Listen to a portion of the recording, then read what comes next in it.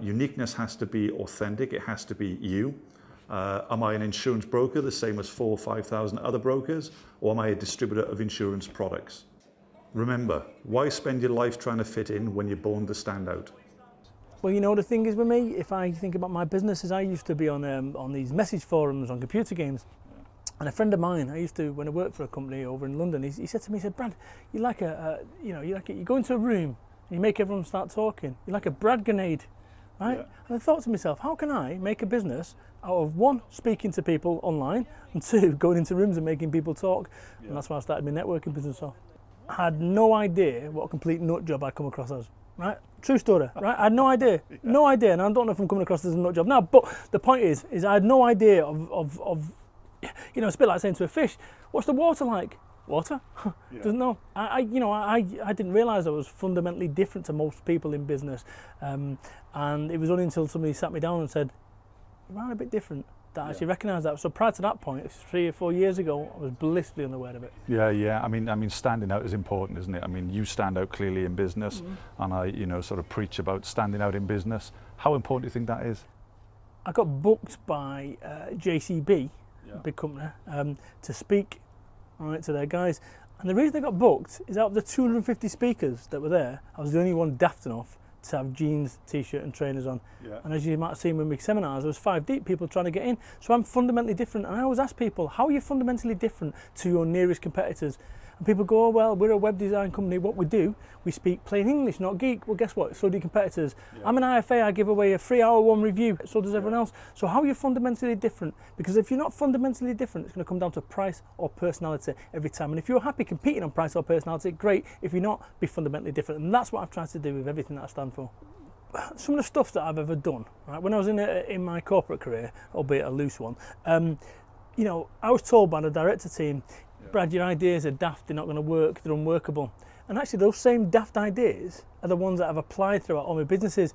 Yeah. And this is what people say, oh Brad, you're crazy, that's never going to work, you're crazy, you're crazy, you're crazy. And for the last 10 years I've had people call me crazy, and now, you're on the front cover of magazines, double page spread in the Time, Brad Burton, genius. You've got to have some passion for it, right? And this is what, when you said to me, what makes my heart leap, I was saying from the outset, is making a positive difference. Yeah. The thing that I said before, and I've been half facetious about the guy who's left his wife as a result of the book. I've had people who've left their jobs, countless people, probably 100 plus people, that have contacted me to say they've left my job as a result of listening to me speak, or because they realise that I don't have a qualification to be named not one. I started my business with £25,000 in debt, a wife that wanted me to go and get a proper job. At least you know where you stand with a proper job. Tell that to the 1/6 of the HSBC workforce that's getting rid of. People that were working at weekends, the first day they knew they were losing their job was when Adam Bolton goes on Sky News and says the HSBC are losing 1/6 of the workforce. When you run your own business, you know exactly where you stand at first. Skint, get used to it. No. And that's the thing. But show me one person in the UK, one self-employed person that starves to death, because it doesn't exist. So what's the risk? The risk is that you don't do it. And if you don't do it, you get to the end of your life and go, I wish I would. Start your own business off. And if it doesn't work out, guess what? You can go back and get a proper job, and at least you know where you stand. Skint, get used to it. Yeah. I went for it. And actually the great thing about going for it when you're skint is you've got nothing to lose. No. You're already there. I was 3 days away from going bankrupt. I said, if I don't sort myself out by a certain date, I'm going bankrupt. Yeah. And that's the difference between success and failure, is not quitting. So I'm really fair with my time. So I had some guy ask me a question. So he asked me a question about business, and we'll get to that in a second. He asked me a second question, answered that. Asked me a third question, answered that. Asked me a fourth question, I went, let's say his name's Steve. Steve, have you read my books? Oh, I don't have time for that. I said, Steve, I don't have time to answer these questions. Thanks, mate. Cheers. Yeah. This is the thing. All the answers are there for you. So the question that most people want to know is, should I leave my job? Should I leave my relationship? Should I? Because what happens when it comes to making difficult decisions in our lives, we get to that state of perturbation. It's simmering. It's just about to boil over. Oh no, I'm going to leave my job. I've had enough of this employer. I'm going to leave my job. Oh no, I'm not. Boom, turn the volume down. Yeah. And then all of a sudden, 6 months later, I'm going to leave my job, I'm annoyed. And you stay in that state of perturbation all your life. This is what people do. And I say to people, start talking yourself into things rather than out of, because we're all guilty of it. We're all guilty of that whole piece when you've got a difficult decision. And sometimes in life, some of the most difficult decisions, it's a bit like walking on a minefield. No matter which way you go, you're going to end up stepping on a mine. Yeah. So that's probably what I get asked the most, is that, people asking me to make a decision for them. And I tell them I can't do that. But what I do say, this is a little term there from one of my books, which is, imagine if I've got a gun to your head and I said, right, make a decision or you won't see the next 5 seconds. You'd make a decision. Yeah, probably take me 6. Right? No, you won't be here, right?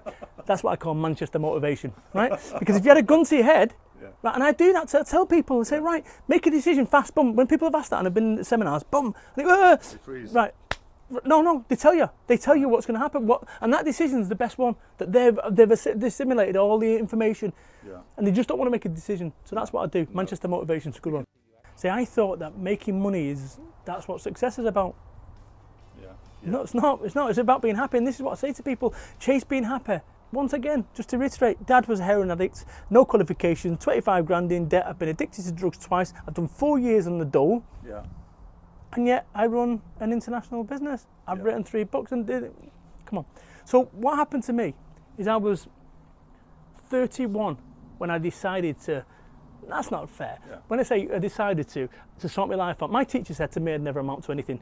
And up until about 10 years ago, he was right. But I changed. I changed. And the reason I changed, my boy came along, Ben. And we've been talking off screen about this, and I don't know if we want to cover it in a second, but you know, he came along and I realised that this wasn't about me. And this is what I say: if your only motivation is a Q7, Audi Q7, it's not enough. So do it for your mum, do it for your gran, do it for your kids, do it for your wife, do it for your husband, do it for something, even because you can't get your own shots off for yourself. Generally, I can't, talking about me. And there is a price to pay for business success. And I'll ask you this question: are you willing to lose your marriage? Are you willing to lose your children? Are you willing to lose your health? Are you willing to lose? What are you willing to lose? What are you willing to trade off? Now, maybe, just maybe, in life there's a trade-off in everything that we do, right? But I'm unwilling to give any more. I've given so much to get to this stage where you have contacted me to be on the show. No, I'm serious. But if I'd not done those activities for the last 10 years, I wouldn't have been invited. So some of the decisions, easy for me today, those decisions that I've made over the last 10 years have brought me to this point today. These decisions that I've made have brought me to the point where I'm getting paid even though I'm not there. So I don't believe that I need to be as intensive for the next 10 years because what people are buying into is my reputation. This is what I say to people. It's a great one for your audience, this, right? If you knew you only had 1 day left of your life, what would you do? And I say to people, go and do it.